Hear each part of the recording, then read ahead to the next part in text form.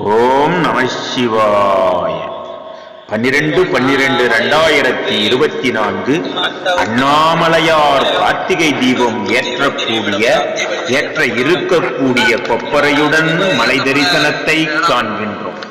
வானானவன் மண்ணானவன் வலியானவன் ஒளியானவன் ஊனானவன் உயிரானவன் இரு அண்ணாமலையே நெருப்பானவன் நெருப்பே மலையான அண்ணாமலை.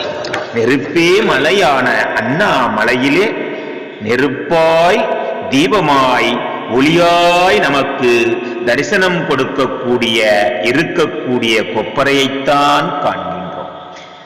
ஓம் நம சிவாய.